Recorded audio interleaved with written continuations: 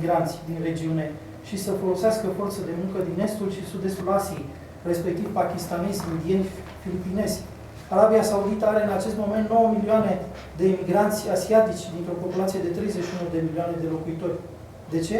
Pentru că asiaticii sunt considerați mult mai docili decât arabii. În prima parte a anului 2014, 123.600 de sirieni au primit azil în Europa. Agenția de monitorizare a granițelor UE, așa numitul Frontex, a constatat că între ianuarie și august 2015 peste 500.000 de refugiați au intrat în Italia, Grecia, Serbia, Macedonia, Ungaria și Slovenia. Obiectivul acestora a fost să se stabilească în Germania, Austria și Suedia. Până la sfârșitul acestui an, numărul refugiaților va atinge, potrivit Comisiei Europene pentru Refugiați, circa 900.000 de indivizi.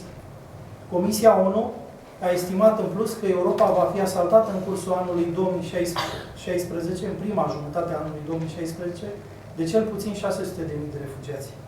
Majoritatea asilanților și a refugiaților sunt musulmani și acest fapt creează un potențial risc de modificare a echilibrelor etnice și religioase. Așa se explică sentimentul general de teamă la nivel european, care a dat naștere unor reacții anti-emigrare. Vezi ridicarea de garduri în Ungaria și Bulgaria, în Spania și Franța chiar, închiderea frontierelor în Slovenia, suspendarea unor căi de comunicație în Austria, dispunerea armatei la frontiere în Slovenia și Macedonia. Dar cu toate aceste măsuri extreme, numai în luna august a anului 2015, aproximativ 50.000 de refugiați au forțat frontiera sârbo-ungară și alți 20.000 frontiera croato-ungară. De la primele conflicte dintre creștini și arabi înregistrate în Evul Mediu și până astăzi, vedem că atitudinea Occidentului față de lumea și civilizația arabă nu s-a schimbat fundamental. Numărul acelora care admiră civilizația islamului și susțin ideea unui dialog constructiv între lumea creștină și cea arabă a fost și continuă să rămână extrem de mic. Însă numărul acelora care nu văd cu ochi buni islamul și civilizația sa este astăzi tot mai mare. Asistăm astăzi la o ciocnire între două civilizații și două religii, cu tradiție și cu influență la fel de mare la nivel mondial. Care vor fi consecințele unei astfel de ciocniri, nu știm, putem doar presupune. Uniunea Europeană a proiectat la propunerea Germaniei un sistem de azil pe bază de cote, de imigranți, distribuiți țărilor membre. Însă Cehia, Polonia, Slovacia și România și-au declarat limitele, arătând că nu pot suporta mai mult de 40.000 de refugiați, de azilanți. Vor ține cont marile puteri ale Europei de aceste realități? Eu nu personal mă îndoiesc. Apoi ar trebui să ne punem problema cum se va face împărțirea refugiaților, după ce criterii.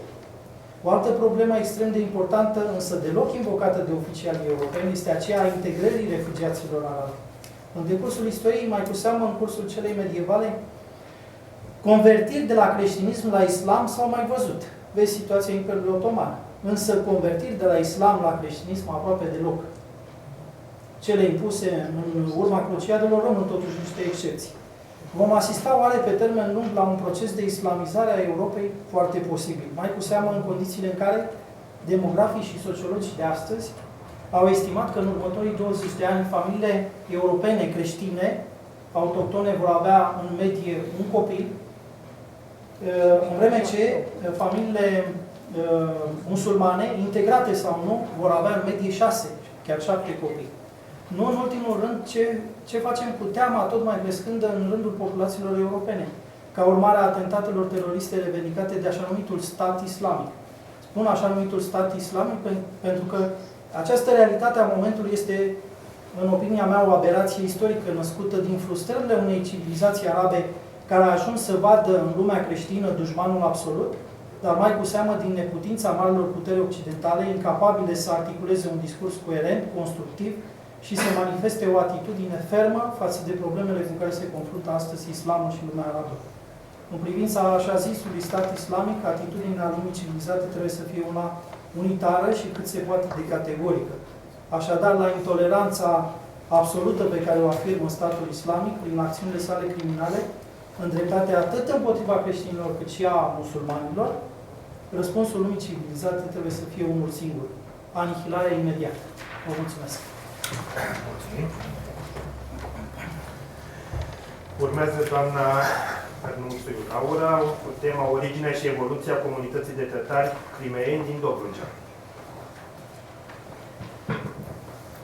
Comunitatea tătarilor crimeni, așa cum se știe, au o istorie extraordinar de tristă, de tragică, pentru că